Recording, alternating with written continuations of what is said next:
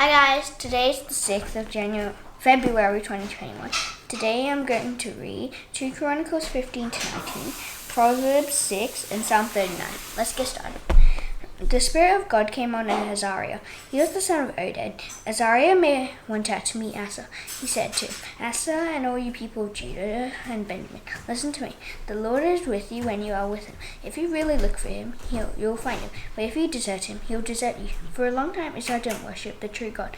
They didn't have a priest who taught them. They didn't know God's law. But when they were in trouble, they turned to the Lord, the God of Israel. When they did, they found him. In those days, it wasn't safe to travel around. Those people who lived in all the areas of the land were having a lot of trouble. One nation was crushing another. One city was crushing another. That's because God was causing them to suffer terribly. But be strong. Don't give up. God will reward you for your work. Asa heard that prophecy.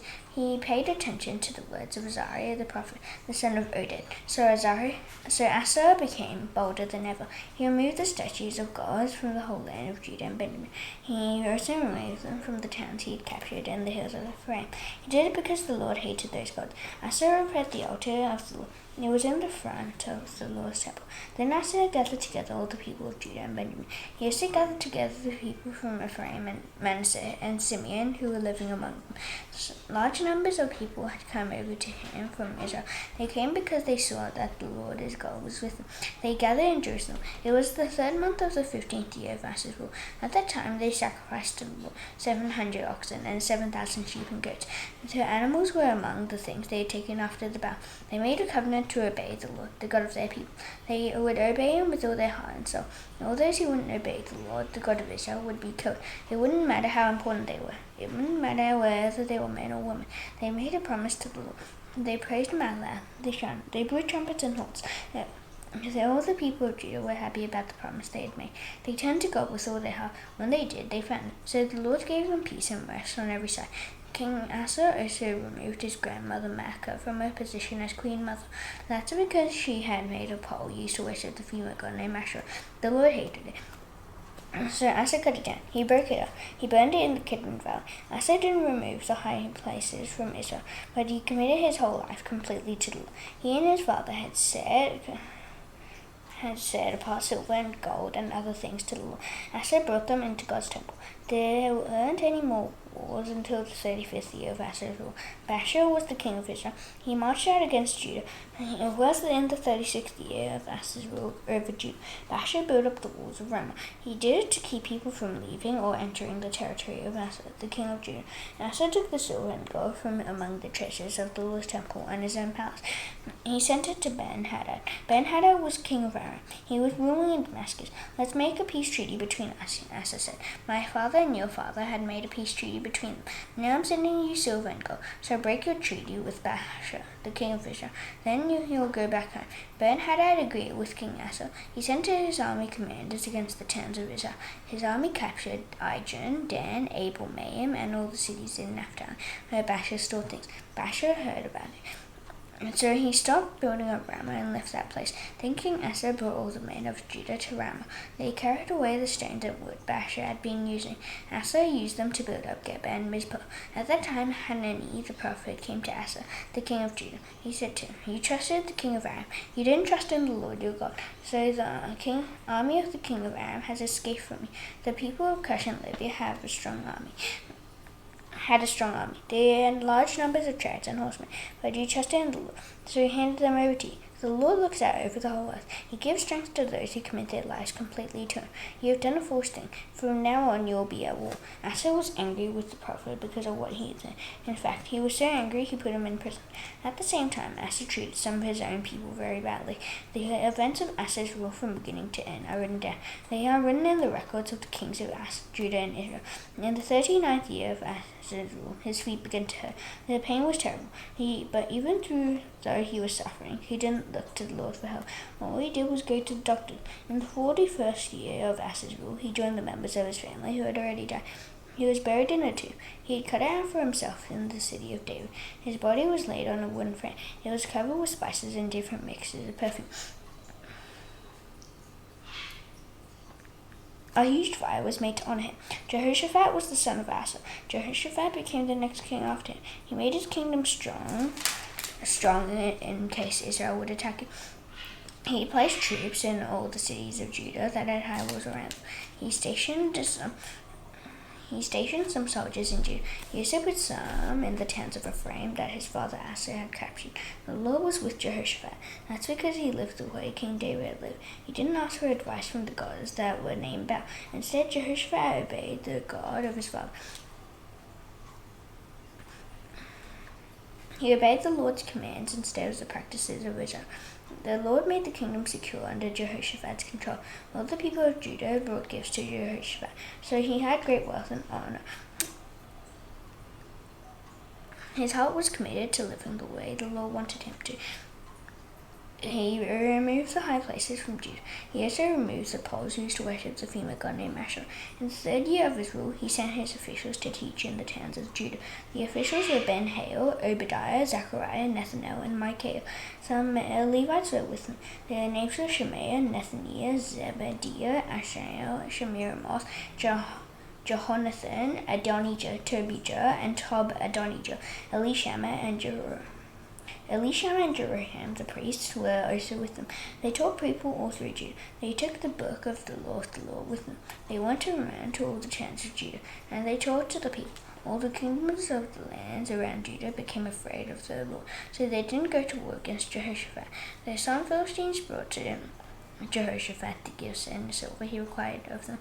The Arabs brought him their flocks. They brought him 7,700 rams and 7,700 goats. Jehoshaphat became more and more powerful. He built forts in Judah. He also built cities in Judah where he could store things. He had large supplies in the towns of Judah. In Jerusalem, he kept men who knew how to fight well. Here's a list of them, family by family. From Judah, they were commanders of groups of 1,000. One of them was Adnah. He commanded 300,000 fighting men. Another was Jehohanan. He commanded 280,000. Another was Amasiah, the son of Zechariah. Amasiah commanded 200,000. He had offered to serve the Lord. From Benjamin, there were also commanders. One of them was Eliada. He was a brave soldier. He commanded 200,000 men. They were armed with bows and shields. Another was Jehozabad. He commanded 1,800 men. 180,000 men. They were prepared for battle. These were the men who served the king. He stationed some other men in the cities all through Judah. The cities had high walls around them. Jehoshaphat had great wealth and honor. He joined forces with Ahab by marrying Ahab's daughter. Some years later, he went down to see Ahab in Samaria. Ahab killed a lot of sheep and cattle for Jehoshaphat and the people with him. Ahab tried to get Jehoshaphat to attack Ramoth-Gilead. Ahab was the king of Israel. He spoke to Jehoshaphat, the king of Judah. He asked, "Will you go with me to fight against Ramoth-Gilead?" Jehoshaphat replied, "Yes, I'll go with you. My men will also go with you. Your men will join you in the war." He continued, "First ask the Lord for advice." So the king of Israel brought 400 prophets together. He asked them, "Should we go to war against Ramoth-Gilead or not?" "Go," they answered. "God will hand it over to you." But Jehoshaphat asked, "Is there no longer a prophet of the Lord here? If there is, ask him what we should do." Then the king of Israel answered Jehoshaphat. He said, "There is still one prophet we can go to, but we can ask the Lord for advice from him. But I hate him. He never prophesies anything good about me. He only prophesies bad things. His name is Micaiah. He's the son of Ilma. You shouldn't say bad things about him," Jehoshaphat replied. So the king of Israel called for one of his officials. He said, "Bring Micaiah, the son of Ilma, right away."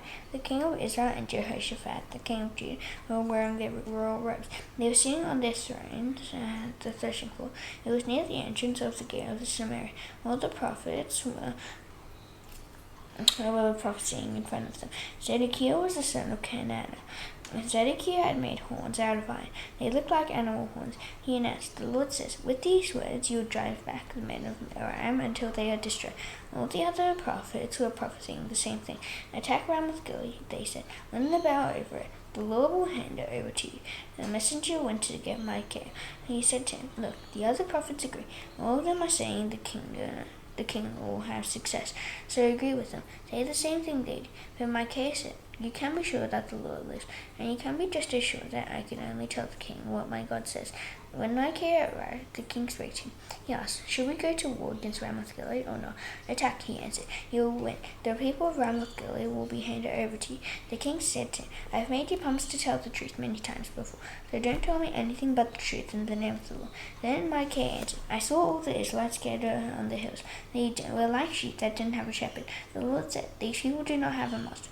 Let each of them go home in peace.'" The king of Israel spoke to Jehoshaphat. He said, "Didn't I tell you he never prophesies anything good about me? He only prophesies bad things." Micaiah continued, "Listen to the Lord's message. I saw the Lord sitting on his throne. Some of the angels of heaven were standing at his right side, and the others were standing at his left side. The Lord said, 'Who will get Ahab, the king of Israel, to attack Ramoth Gilead? I want him to die there.' Another angel suggested one thing. Another suggested something else. Finally, a spirit came forward and stood in front of the Lord. The spirit said, 'I'll get Ahab to do it.' 'How?' the Lord asked. The spirit said, 'I'll go and put lies in the mouths of all his prophets.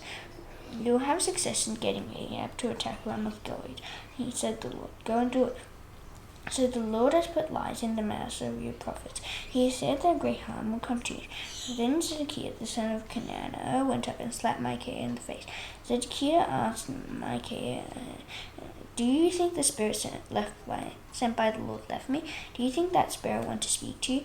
Micaiah replied, "You'll find out on the day you go to hide in the inside room to save your life." Then the king of Israel gave an order. He said, "Take Micaiah away. Send him back to Ammon. Ammon is the ruler of the city of Samaria. And send Micaiah back to Joash. Joash is a member of the royal court. Tell them, the king says, put this fellow in prison. Don't give him anything but bread and water until I return safely."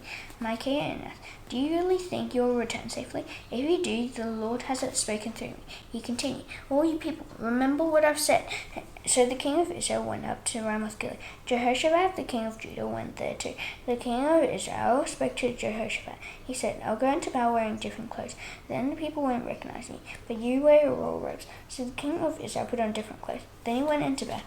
The king of Aram had given an order to his chariot commanders. He had said, "Fight only against the king of Israel. Don't fight against anyone else." The chariot commanders saw Jehoshaphat. They thought, "That's the king of Israel." So they turned to attack him. But Jehoshaphat cried out, and the Lord helped him. God drew the commanders away from him. He saw he wasn't the king of Israel after all, so they stopped chasing him. But someone shot an arrow without taking aim. The arrow hit the king of Israel between the parts of his arm. The king told his chariot driver, turn the chariot around. Get me out of this battle. I've been wounded." All day long the battle continued. The king of Israel kept himself standing up by leaning against the inside of his chariot. He kept his face toward the men of Aram until evening. At sunset he died. Jehoshaphat, the king of Judah, returned safely to his palace in Jerusalem. Jehu the prophet went out to meet him. He was the son of Hanani. Jehu said to the king, "You shouldn't help evil people. You shouldn't love those who hate the Lord. The Lord is angry with you, but there's some good news in you. You have removed all the poles in the land used to worship the female god named Asherah, and you have worshipped God with all your heart." And Jehoshaphat lived in Jerusalem. He went out again among the people. He went from Beersheba to the hill country of Ephraim. He turned the people back to the Lord, the God of Israel. Jehoshaphat appointed judges in the land. He put them in all the cities of Judah that had high walls around them. He told the judges, "Think carefully about what you do. After all, you aren't judging for human beings. You are judging for the Lord. He is with you every time you make a decision. Have respect for the Lord. Judge carefully. He is always right. He treats everyone the same. Our God doesn't want his judges to take money from people who want special favors." In Jerusalem, Jehoshaphat chose some Levites and priests. He also chose some leaders of Israelite families. He appointed all of them to apply the law of the Lord fairly. He wanted them to decide cases. He wanted them to set the matters between people. All those judges lived in Jerusalem. Here are the orders Jehoshaphat gave them. He said, "Have respect for the law. Serve him faithfully. Do it with all your heart. Cases will come to you from your people who live in the other cities. The cases might be about murder or other matters dealt with by the law, commands, direction, and rules. Warn the people not to sin against the law. If you don't warn them, he will be angry with you and your people. Do what I say, then you won't sin. And Mary of the chief priest will be over you, and any matter that concerns the law. Zebediah is the leader of the tribe of Judah. He is the son of Ishmael. Zebediah will be over you in any matter that concerns the king. The Levites who will serve as your officials. Be brave, and may the Lord be with those of you who do well." Proverbs 6.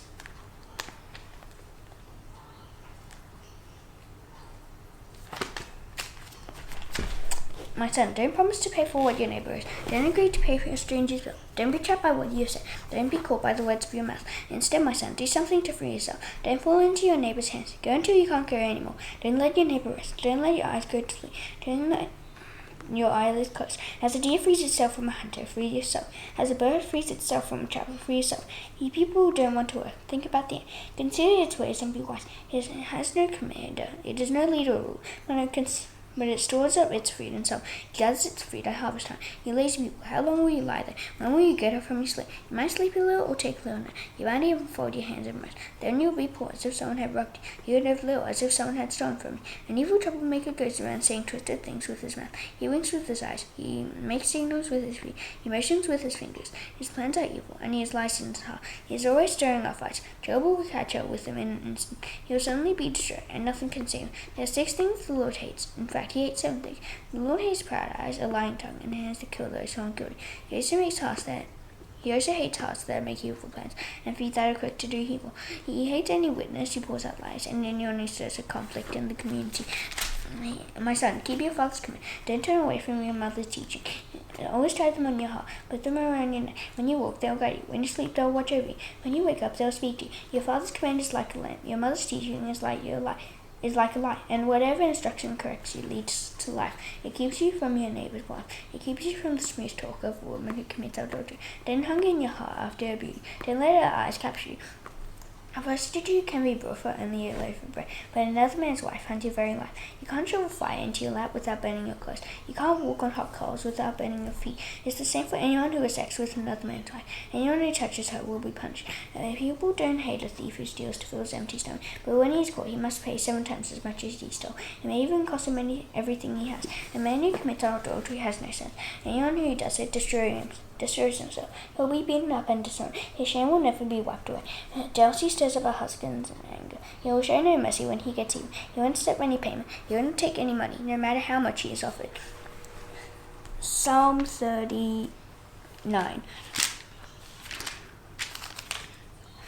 I said, I will be careful about how I live, and I will not sin by what I say.